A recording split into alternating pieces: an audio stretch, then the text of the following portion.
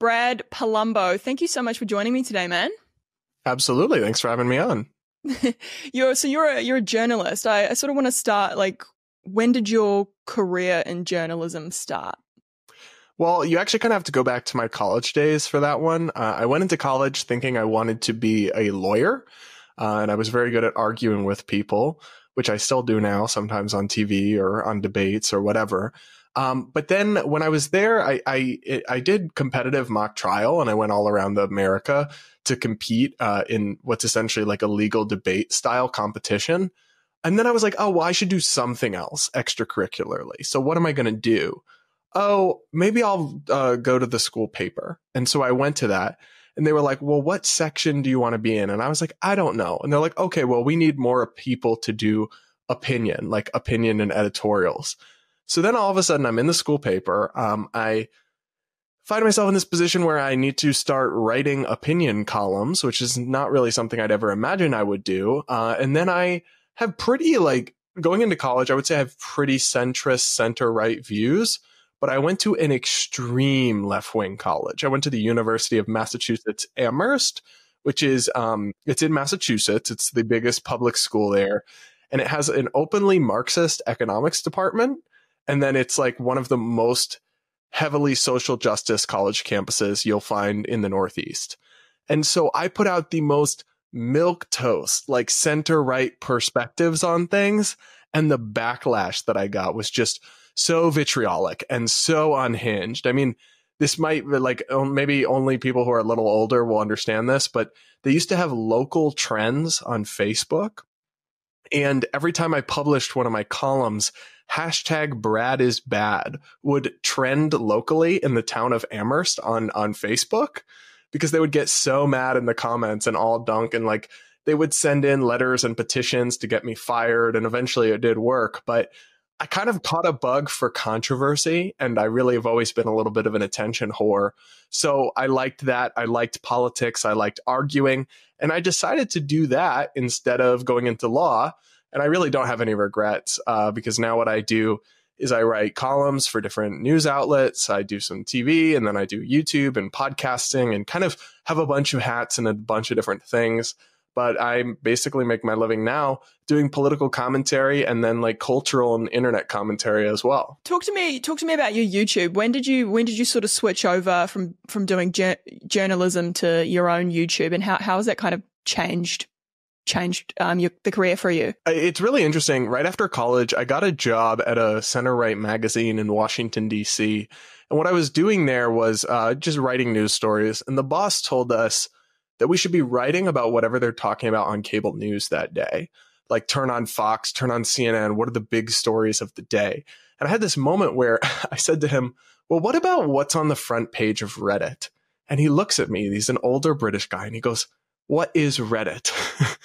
And I'm like, bruh, Fox News gets like 1 million views in any given hour. CNN gets like 500,000. The homepage of Reddit gets tens of millions of views a day. Like it is maybe 100 million views a day. And yet in this journalism industry, people still don't know what Reddit is. And so pretty early on in my journalism career, I developed an interest in discussing and covering stories that were existing online and all these really impassioned debates that people were having that like old school media wasn't even aware of, was just totally happening under the surface. And so I started writing about those kinds of stories a little bit, but it was kind of hard to do that within the confines of normal media and journalism, because that's just not where the energy is, because they're all, the people who run those institutions tend to be much older and much more backwards looking. So I did create my YouTube channel back then in like 2018, 2019, but I was only uploading sporadically. And I would say maybe over the last year or so, I've really started to create a lot more content, whether it's I do like TikTok reaction videos. I cover like internet controversies and internet stories. I do a podcast focusing on the LGBT community and featuring guests from the kind of dissident LGBT space, and also just with my solo commentary on those issues. And I do all those things, and it's really started to grow over the last year, and especially over the last 6 months. And I just think it's honestly kind of the way of the future. I've been the other one that I think is the way of the future is TikTok, but I've been banned from there 3 times, and I always get restricted and trolled and brigaded. So I've kind of given up on TikTok, even though it's like one of the big platforms where the conversations are happening. Now I mostly just view and then take the content and react to it on other platforms. But YouTube really does seem to me like where conversations are happening, where people are going. Like young people don't watch TV, they watch YouTube. And so that's why I've really focused on it, and why I have finally started to really invest in that as a main part of my career. Yeah, it's really interesting about TikTok as well, because all the other platforms sort of mimicked it, right? With the Reels and then YouTube Shorts, and there's even Facebook Reels now. But yeah, TikTok seems to be the most restrictive one. Like, what is that about, and why did you get banned? All the reasons I got banned are absolute BS, to be honest. Like, first off, I used to be, a few years ago, when I started doing political commentary, I was a little edgy, like a more edgy than I am now. I'm not as much of an edgelord. I've kind of become a little bit of a nuance bro, and I'm just a little bit less inflammatory than I once was. But even on TikTok, that's recent enough that I wasn't really even dropping hot takes left and right. I mean, for example, we had, I don't know if you're familiar with Kyle Rittenhouse. But he was somebody who was found by a jury of his peers in our legal system to have exercised self-defense. And I defended him after that ruling in a TikTok video, and they banned me for inciting violence, which doesn't even make sense because we're talking about a historical incident. And I was also like, I wasn't even fully supporting him. I was saying he shouldn't have gone there. He made bad decisions, but in the moment he was legally defending himself. And that's what the jury found. And apparently that was such a controversial opinion that I had to be banned. And my account was shadow banned forever. And so I had to make a new account. And then that account was permanently suspended. They never even told me why the second time. I do have a third account, but I barely even try with it anymore, because what's the point? As for why it's so censorious, there's a couple of reasons. One is that ByteDance, the company that owns TikTok, is a Chinese company. And in China, all the companies are essentially forced to answer to the Chinese Communist Party. Like, under their security laws, at any point, they could be forced to just turn over information to the CCP. There's not, in the US, even in Britain, and I believe in Australia, there's more of a clear line between private sector and government. In China, they're very closely intermeshed and intermingled in a way that would be kind of alien to us. So I think that leads you to a much more authoritarian and censorious approach to these issues. And because also their primary goal isn't even just profit, right? They have political motives as well. So somebody, even if my content is popular, they still might want to take it down just because of internal pressures. They're also very sensitive. They're very worried about being banned in the US. So they've become heavily censorious as well, including to like far left voices as well on TikTok.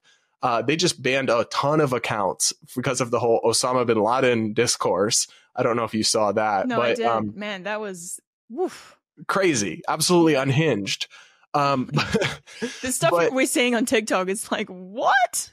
Like, it's not real life, but it is in a way. Have there always been this many crazy people and TikTok is just giving them a microphone? I think that's part of it, but I also think there's something about it that like encourages copycats and makes people crazier as well.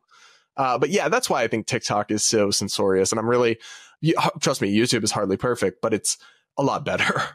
Yeah, I've definitely heard that. But I have heard of people getting like demonetized after making some sort of quote unquote controversial video. You spend a month making it and then it gets demonetized and you can't even make any money, and you try contact them and they don't even give you a reason.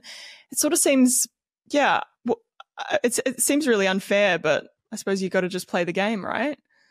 Yeah, you do. I mean, that's part of why some people, like I have a nonprofit company. So I'm not, for my work I do and a couple other people I partner with. And that's part of why is that so that we have donor support as well, not just dependent on revenue from the algorithms, because to try to have a career as a digital creator and focusing on just one platform, the best thing you can do is diversify and have a bunch of different platforms, because then if one of them nukes you, you are okay. But I do some of them like have made their own beds. Like Pearl, just Pearly Things, just got her whole channel demonetized.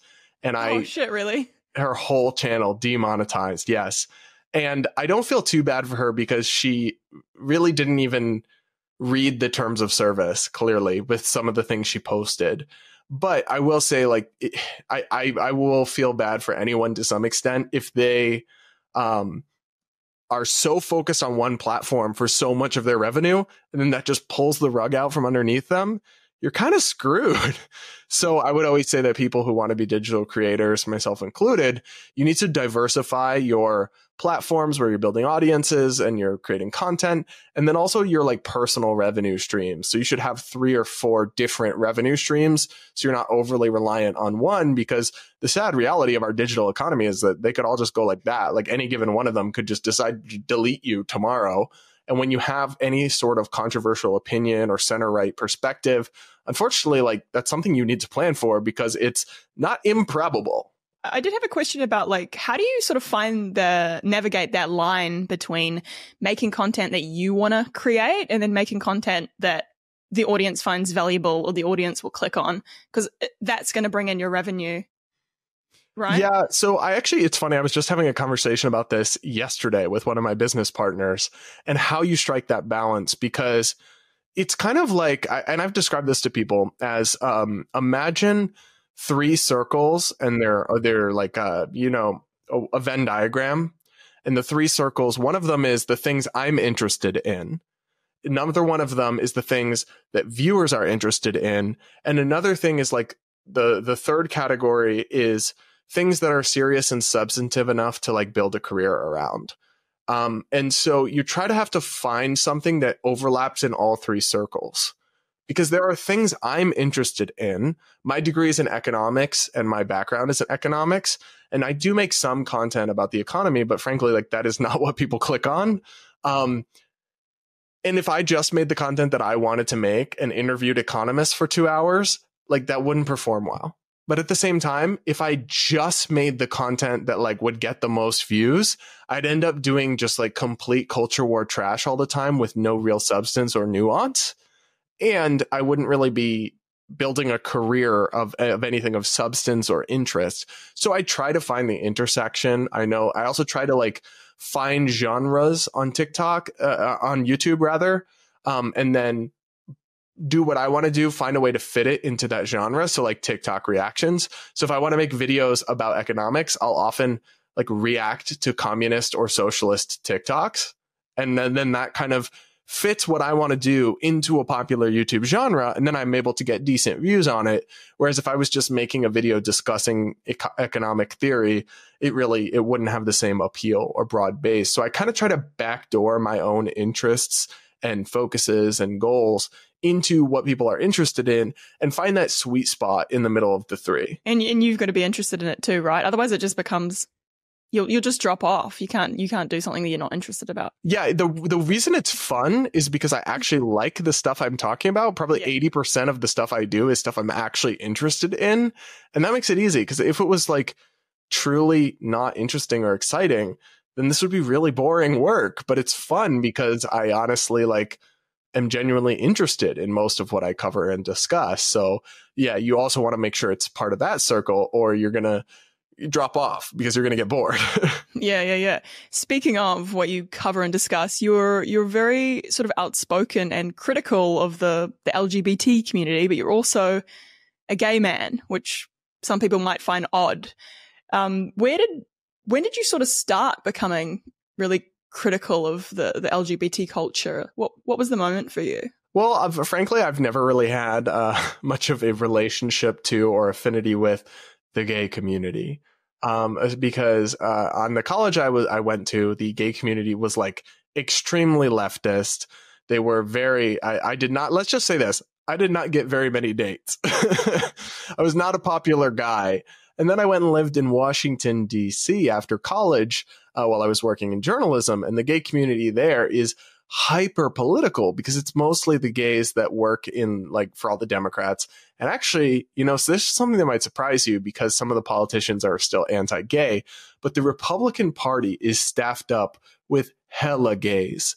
so many gay men work at the Republican National Committee or work for Republican members of Congress. It would really surprise you. But anyway, like the gay community in DC is hyper politicized. So they all know who I was. They all knew my controversial opinions. So I wasn't very popular there. And I ended up kind of lucking out meeting my current partner of many years there. But he was totally apolitical.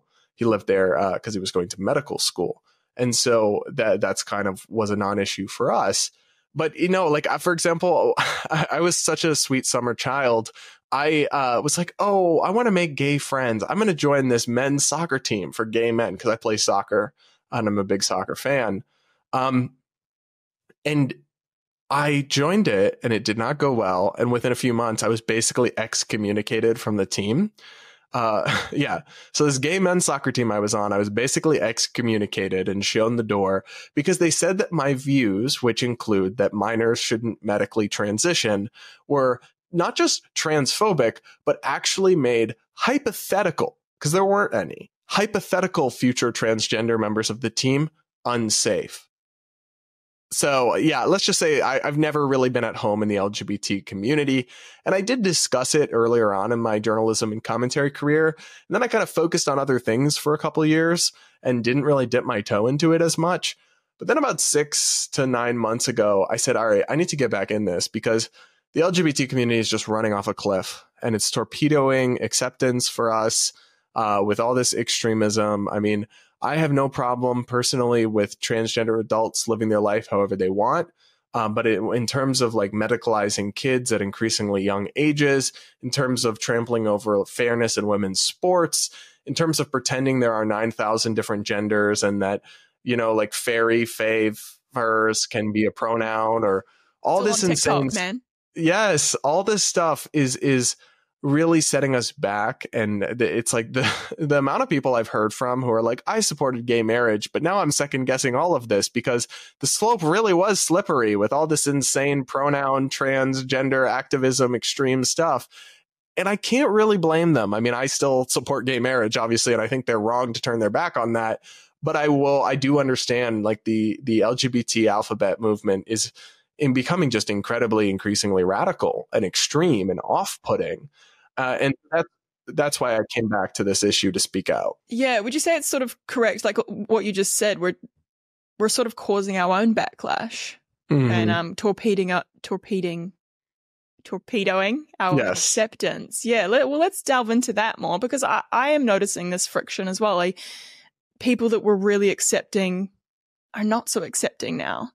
And then the gay community or the LGBT community is just like, oh, well, now unacceptance is on the rise. But I'm just like, yeah, I wonder why that is. I think we've witnessed an overcorrection, right? Like the pendulum was at one extreme and now it's swung too far into the opposite extreme.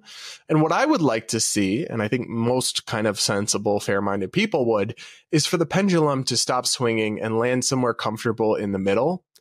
But what I'm afraid is going to happen is that the pendulum swung, like we had this anti-gay, intolerant society for a long time. It swung back. Now these extreme people have taken it so far the other direction. And I'm afraid society is going to push it right back all the way to the other extreme again.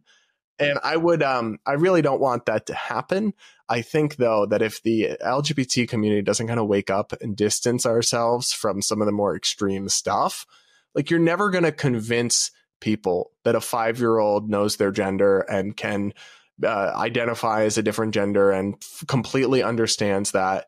You're never going to convince people that an 11-year-old or a 12-year-old can make lifelong medical decisions that affect their fertility and sexual functioning. And they're just totally capable of doing that. Can't handle a tattoo, can't drive a car, but they can handle that. Like, you're never going to convince people of these propositions. You're never going to convince people. It's becoming mainstream. But why is it so widely accepted if most people think it's bonkers? Because people are tribal creatures and they're told that that's what the good side believes. And they think, and then people want to be tolerant. They want to be kind. They want to be compassionate. And they're incredibly afraid of being called bigots because there are plenty of real bigots out there, but that term's also been homophobe, racist, sexist, transphobe, blah, blah, blah. It's also been overused and weaponized. And so I think a lot of people have fallen in line, or at least don't say outwardly that they don't agree. But I think it's partly because of those fear tactics and that intimidation that people take that approach when a lot of people know better. A lot, like, honestly, even most Democratic voters, I don't genuinely think it's fair for Leah Thomas to compete with women. They might just, their elites and the journalism and media all just insist and parrot this stuff. And they're either afraid or they just like don't care. Like they can't afford groceries right now in America because of inflation. So they're not going to like worry about trans sports, right? So I think it's those two things. It's either indifference or because they've got other things going on or more pressing priorities, or it's fear of backlash and cancellation and being targeted as a bigot, an ist, a phobe. And so I think that's why a lot of people have fallen in line behind increasingly radical ideas, but they're only going to pretend for so long. And like, in the end, it will give rise to a backlash and to a movement. And frankly, I even think that we're starting to see some of that. Like Ron DeSantis, for example, running for the Republican nomination, has become much more anti-gay than Donald Trump was as president with some of his policies and his messaging and his rhetoric. And I can't help but feel like he's tapping into that course correction sentiment, that backlash to the LGBT community. And of course, the LGBT people and media and everything hate him so much and are so mad. Like, how could anyone support this guy? And it's like, all right, but y'all did contribute to this, with this moment that we're in, this situation that we're in. So your outrage should be matched with some self-reflection, but I don't think it will be. Just back on, like, if we go back to the transgender woman in sport and things like that, I had a conversation with a friend the other day, and I'm just wondering, are we cherry picking here? Like, are we plucking out these examples like Leah Thomas and I think obviously there's more, and then just using it to amplify this issue and make it bigger than it is? There's always that fear, especially with something like TikTok, of cherry picking. And I would say some of the more insane stuff is probably cherry picked. But I don't know how close, just in American politics context, the Democratic Party, including President Biden and almost every Democratic member of Congress, supports legislation known as the Equality Act, which is ostensibly LGBT rights legislation, but goes very far. That act would redefine the term sex under federal law to include self-ID. So, are we cherry picking when we show crazy leftists who pretend biological reality doesn't exist? In a sense, maybe. But in another sense, these ideas really have risen to the top of our politics and our media and our law and our debates.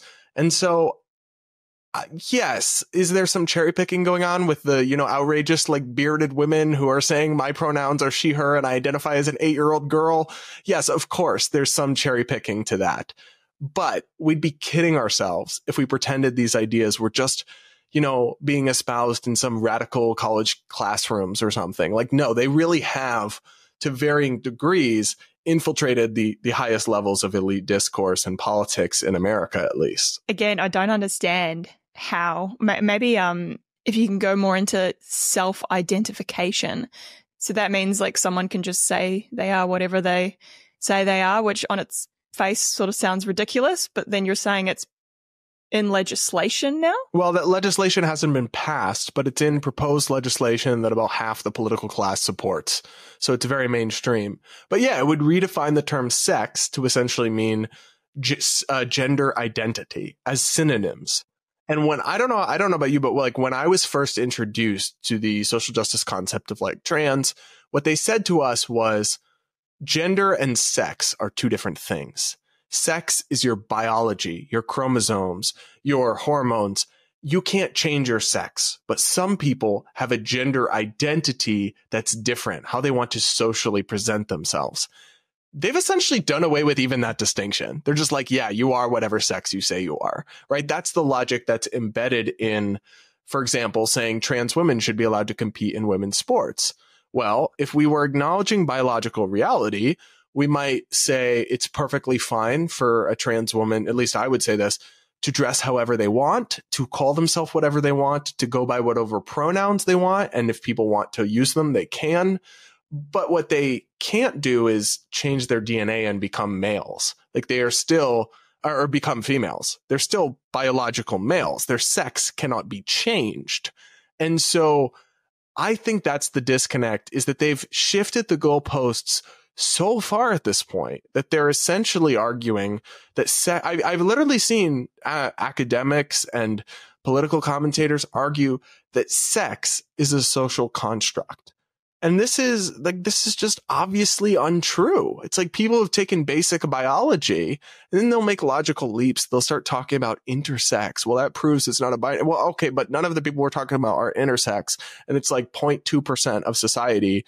So it doesn't really actually change the fact that almost everyone is XX or XY. Like, and it's almost always possible to tell who is who and who isn't.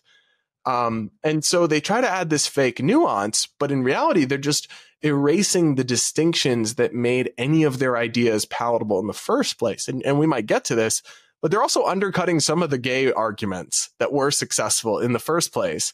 Like if sex isn't real, if sex is a spectrum, a construct, a social construct, well, then there's really not much of a legitimacy for same-sex attraction.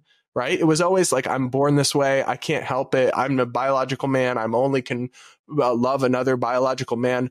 Well, if gender is just whatever you say it is, conversion therapy should work, right? Like, why don't you just identify as a different gender and be straight? Why don't you just adjust what you're attracted to and be like somebody who's the opposite sex because their gender identity matches what you're interested in? Like the whole house of cards quickly falls apart when they keep pushing to the extremes and they don't seem to realize or care that they're undercutting all the progress that was made. Yeah, and it definitely makes me think how it's sort of changed the dating landscape as well. But I don't know about this one. So I'm a lesbian. You know, you want to go to like a lesbian dating event, which is, they're kind of being shut down now because you can't say all female, which is just kind of weird because we're attracted to the sex. Like it's, yeah.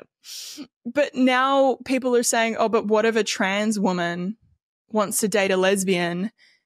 And I guess, yeah, how do we be humane here? Because it's like, I'm being told now, oh, well, you're allowed to have a preference, but you can't exclude a trans woman from like a dating event because what if they want to date a lesbian? Yeah, it's so confusing. I don't know how to be inclusive in that environment. Like what are your thoughts on that? Well, it's funny. So I thank God I'm off the dating market and have been for many years now because it just looks so depressing and terrible in so many ways for straights and for the LGBT community, by the way, for both. But I've seen like lesbian friends will send me screenshots from dating apps of like men on these apps who are barely even trying to transition or like have a beard and I'm like, what's going on? Like you can't tell a lesbian they need to be attracted to or included with like inclusion doesn't apply to sexuality. Like that's the whole idea of consent. It's like you don't have to be attracted to anyone. You don't have to date anyone. You don't have to sleep with anyone unless you want to. And someone else's desire for acceptance or tolerance doesn't supersede your own like biological inclinations and orientations. And it's actually weird and frankly kind of rapey to suggest otherwise. Like, no, yeah, but of course, like trans women or anybody should still be allowed to date and find love and be happy. But I don't understand, like, why can't you just date someone who is attracted to trans women? That is a thing that exists. Why can't you date someone who is bisexual, right? Like, there are plenty of potential partners for you. Why are you trying to force yourself onto lesbians or force your inclusion into gay dating spaces? That's creepy. I don't understand that. And I think that's something that radical trans activists or trans posers do more often. Like normal trans people you'd meet in the real world and not on the internet wouldn't do that because they're not weird and creepy like that. And I suppose it helps because dating is online these days. Like it's like if I'm gonna, you swipe no to someone you're not interested in. I suppose it's just hypothetical, wondering, oh, what would I do at a live dating event if I came across a trans woman? Probably just be nice, but move on. I don't know. Yeah. I'm so glad I don't have these problems. Yeah, no, we'll move on. We'll move on. How, like, back to the LGBT radicalism, like, when did you notice this change and this shift from, it went from gay rights to all about gender?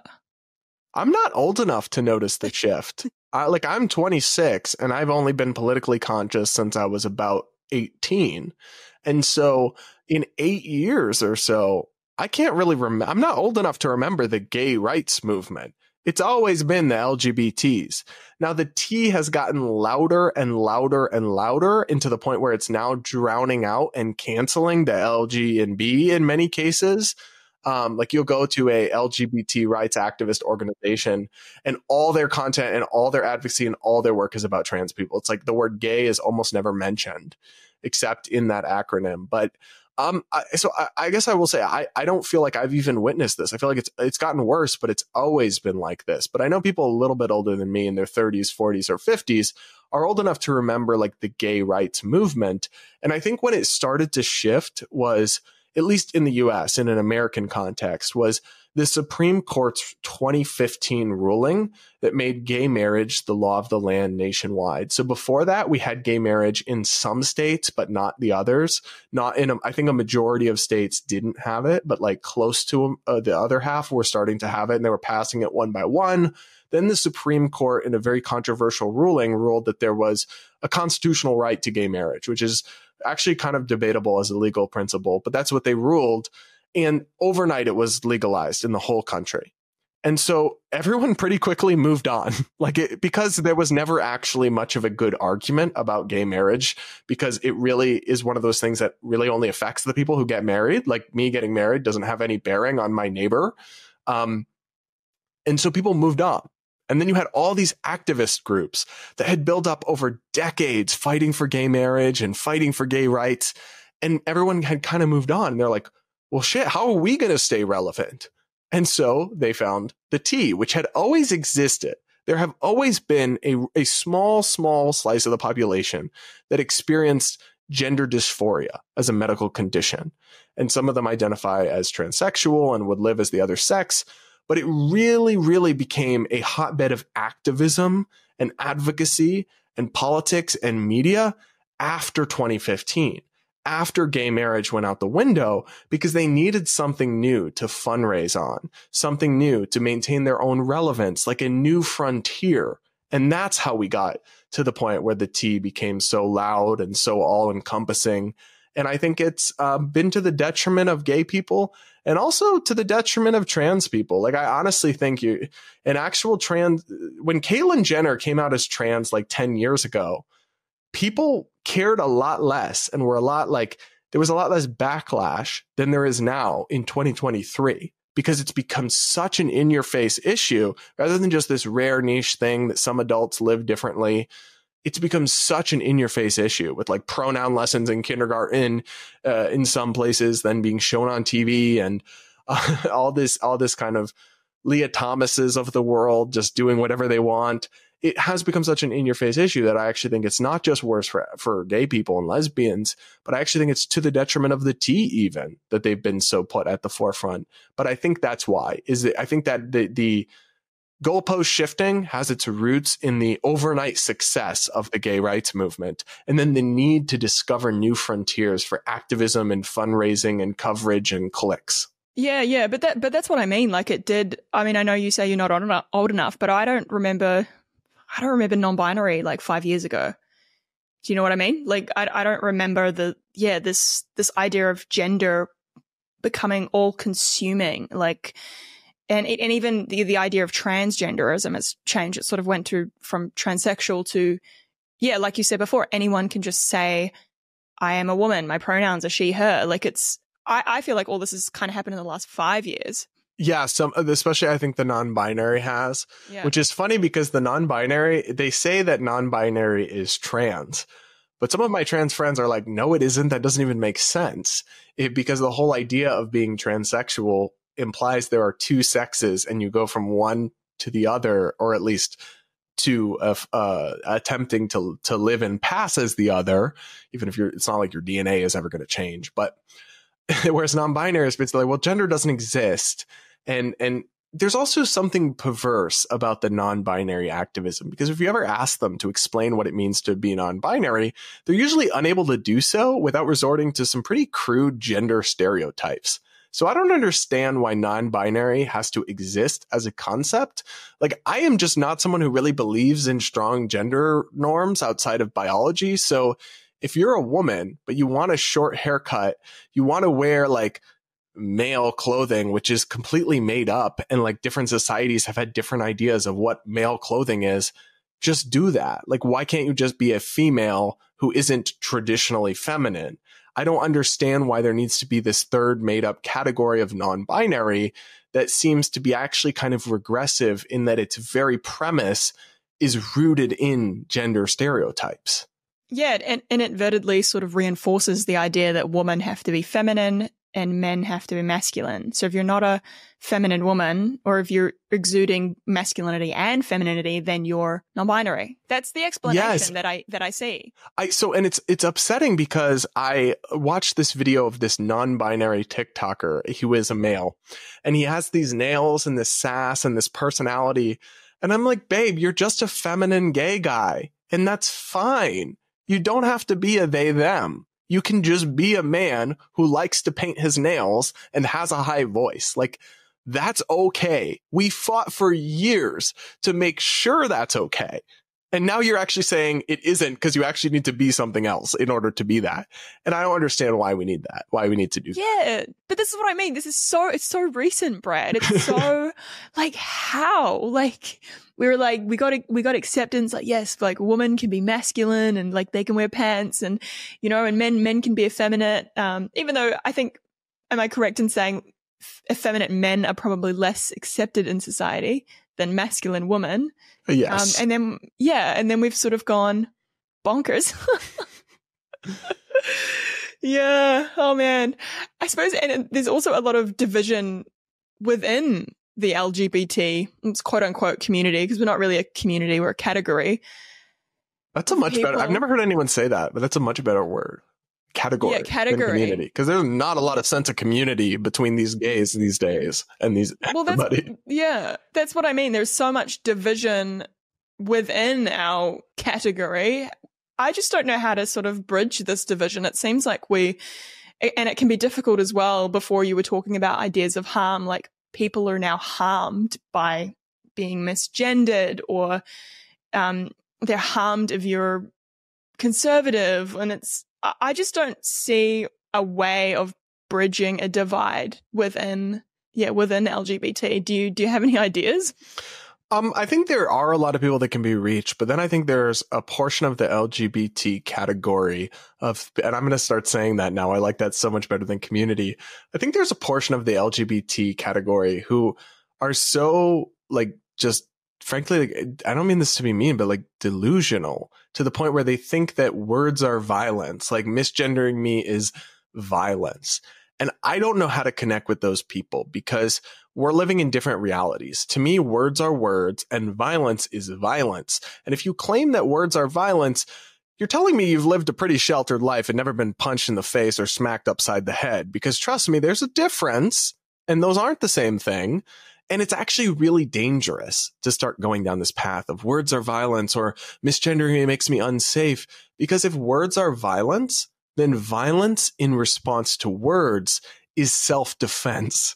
And you can't have a democracy. You can't have an open exchange of ideas and debate when some people believe that they're allowed to respond to other people's ideas with violence. That's a recipe for civil war, not civil discourse. But it's infected at least a good portion of the extreme LGBT category. And that's why I don't know how to reconnect with those people, because I feel some of them are too far gone. And unfortunately, they paint the rest of us in that light, which, like we said before, is causing the backlash. Yeah. Yeah. So I suppose I sort of just want to end on this, you've spoken about reclaiming the LGBT category from the far left.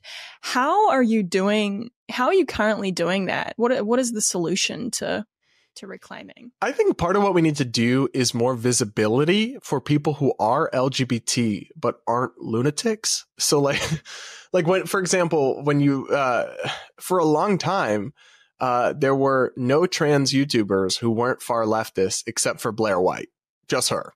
There was barely anyone LGBT on YouTube who wasn't a leftist.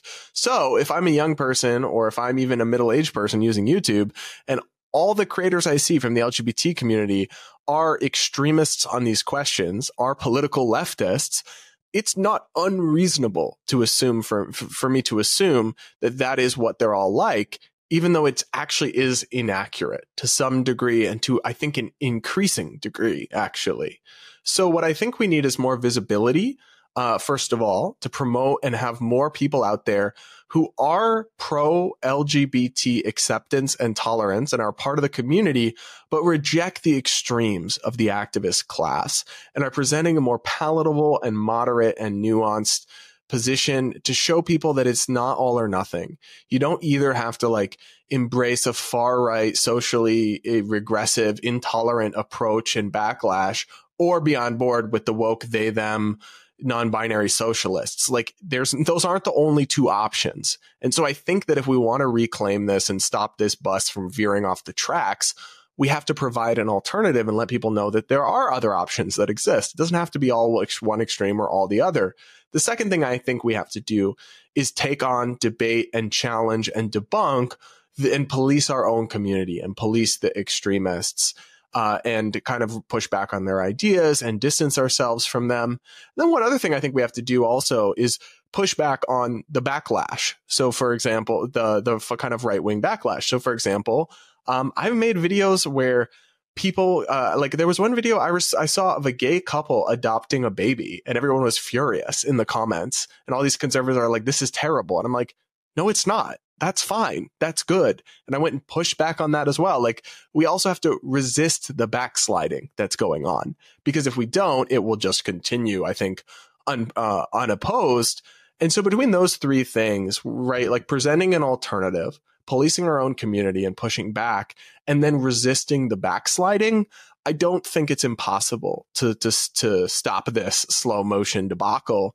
But it's not going to be easy, and we need a lot more people in the fight if we're going to do it.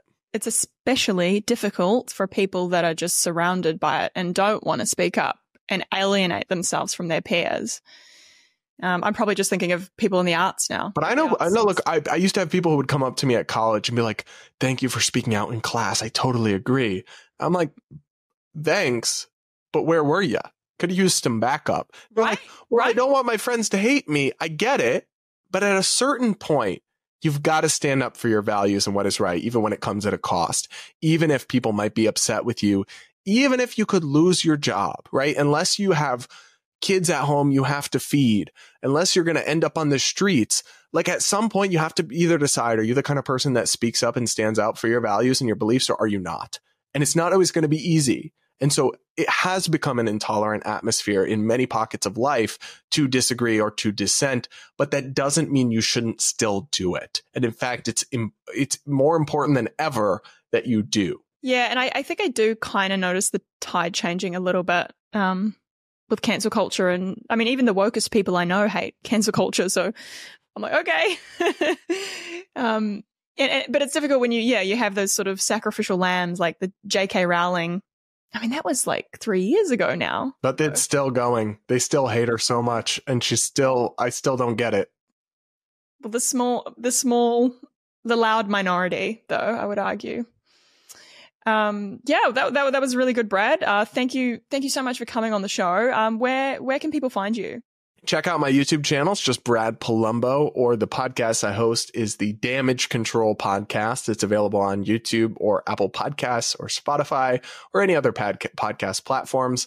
That's the show where we are reclaiming the LGBT community from the LGBT category, I should say, and trying to turn the discourse around.